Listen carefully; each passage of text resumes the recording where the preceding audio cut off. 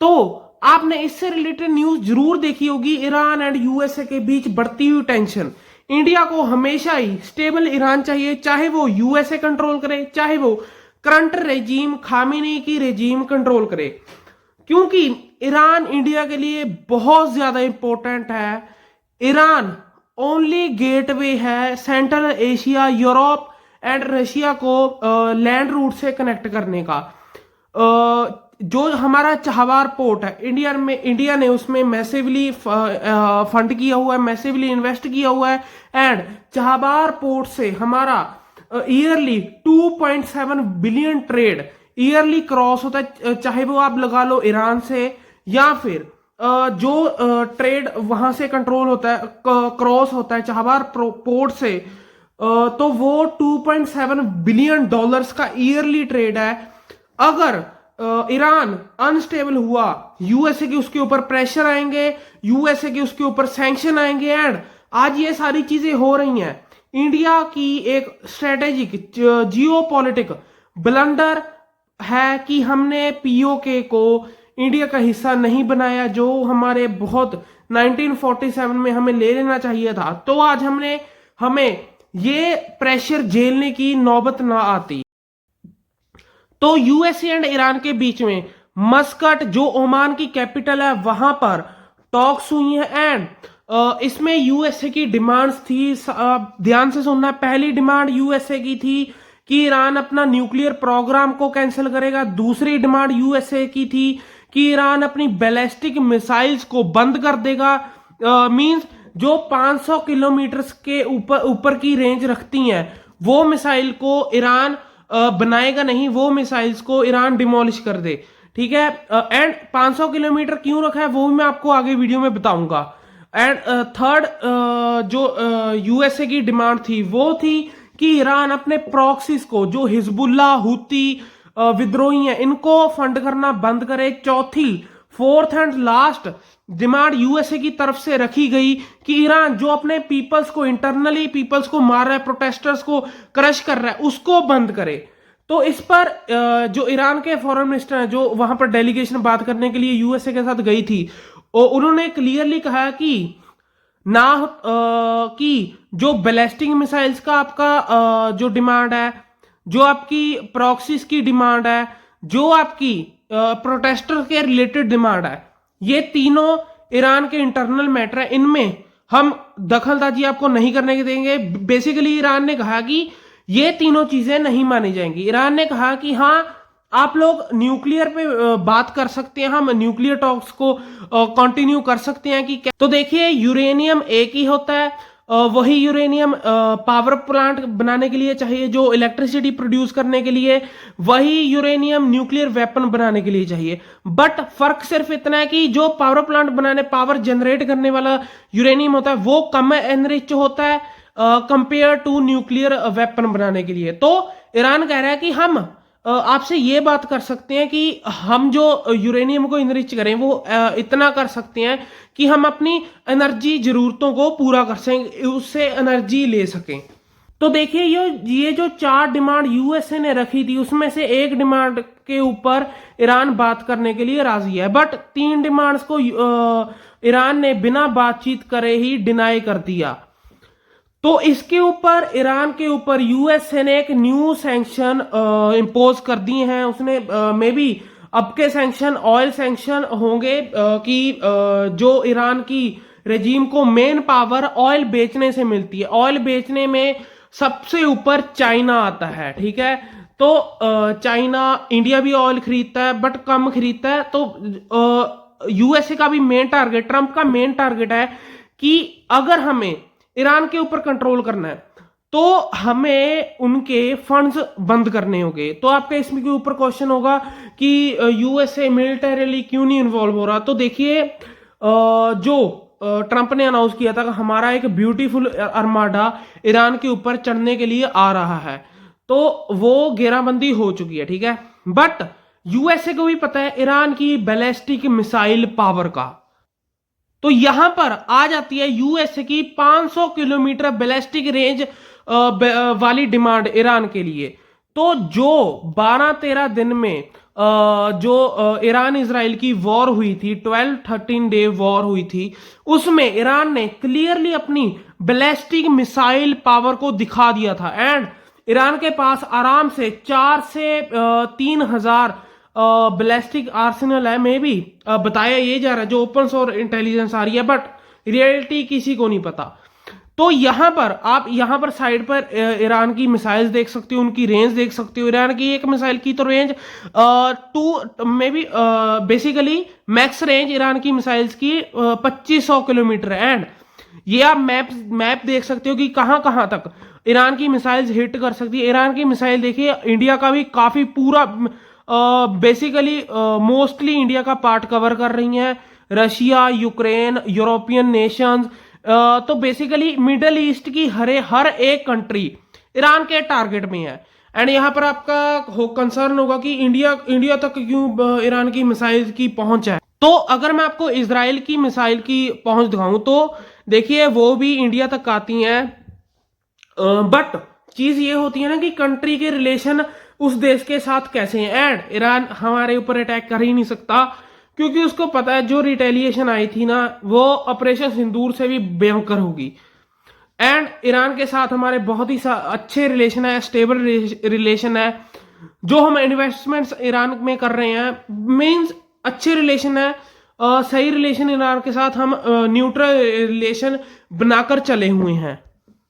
तो यहां पर क्लैरिटी के लिए मैं थोड़ा जूम कर लिया हूं इस स्क्रीन पर। तो अब आपका जो क्वेश्चन था कि ईरान के ऊपर यूएसए क्यों मिलिटरीली इन्वॉल्व नहीं कर रहा, तो देखिए यूएसए के एयरक्राफ्ट कैरियर डिप्लॉयड है, एक मेडिटेरेनियन सी में, एक ये अरेबियन सी के नजदीक, ईरान के बिल्कुल नजदीक, ठीक है। बट यूएसए को ईरान की, जैसे मैंने आपको दिखाई बैलिस्टिक मिसाइल पावर से मैंने आपको अवगत किया है कि ऐसी ईरान की बैलिस्टिक मिसाइल एंड जो ईरान के ड्रोन्स है वो भी बहुत हाईली कैपेबल है। तो देखिए, अगर ईरान के ऊपर यूएसए ने हमला किया तो सेंट्रल एशिया में जो भी यूएसए के बेसिस है वो सारे ईरान की मिसाइल की रेंज के अंडर आते हैं। एंड इजराइल मेन यूएसए का एलाई, मेन ईरान का दुश्मन, जैसे इंडिया पाकिस्तान है, उससे भी गंदी दुश्मनी ईरान इजराइल की है। तो इसके चांसेस हैं कि यूएसए ईरान के ऊपर हमला करे, बट वो ऐसे नहीं हो जाएगा, it will take high cost.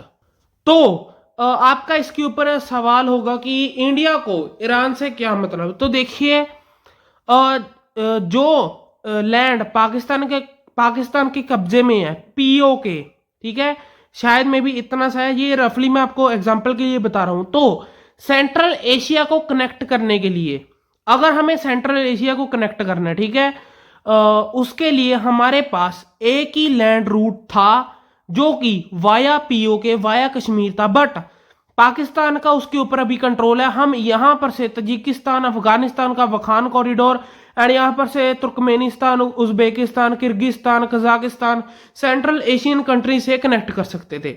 But अभी रियलिटी को तो कोई बदल नहीं सकता। तो इंडिया ने ऑल्टरनेटिव रूट को एक्सप्लोर करने की बात की, तो वो था ईरान का जो चाबहार पोर्ट है उसको हमने तभी इतना फंड किया कि हम जो पीओके से नहीं जा सकते, हमें पाकिस्तान का यूज करना पड़ता था सेंट्रल एशिया को कनेक्ट करने के लिए।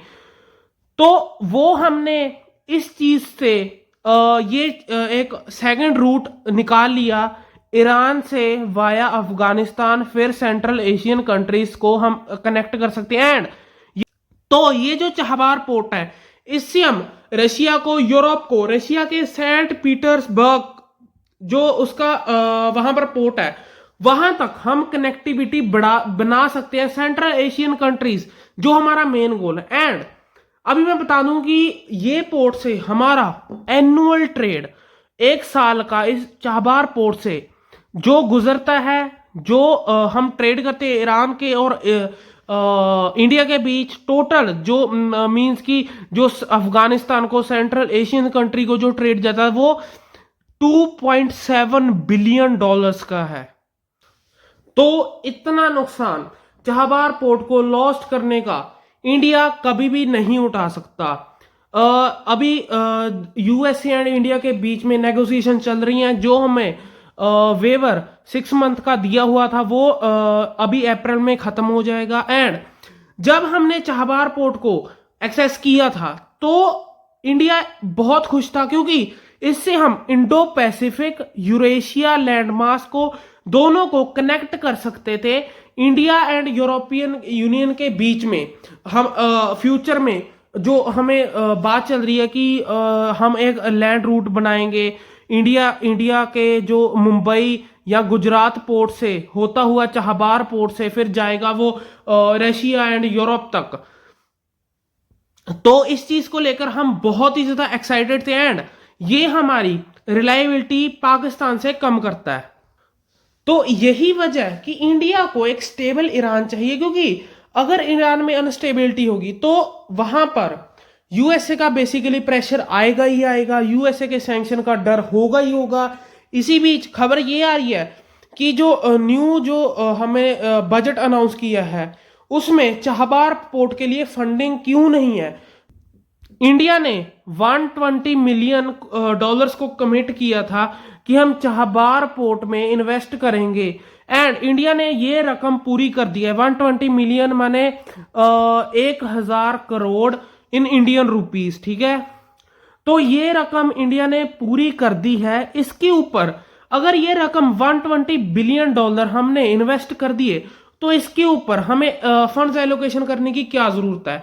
ये इंडिया का एक मे बी प्लान भी हो सकता है, क्योंकि देखिए यूएसए का प्रेशर दिन पर दिन बढ़ते जा रहा है। एंड अभी जो सैंक्शन का डर है तो इंडिया ने अपनी इन्वेस्टमेंट पूरी कर दी है। एंड बट हम पोर्ट को एक्सेस भी तभी कर सकते हैं जब यूएसए से हमें वेवर होगा। तो देखिए सिचुएशन दिन पर दिन खराब हो रही है। ईरान एंड यूएसए के रिलेशन दिन पर दिन खराब होते जा रहे हैं। पॉसिबिलिटी कम है कि ईरान पर यूएसए हमला करेगा, बट हाँ पॉसिबिलिटी है, चांसेस हैं। क्योंकि अगर ईरान ने नेगोशिएशन में बातों में कोई एक बीच का रास्ता ना निकला तो चांसेस हैं यूएसए की मिलिट्री माइट बहुत ही बड़ी है। चाहे ईरान कितना इम्पैक्ट करे बट यूएसए की मिलिट्री माइट बहुत ही बड़ी है। एक हार्ड रियलिटी ये भी है कि यूएसए को अब लॉसेस फेस करने पड़ेंगे।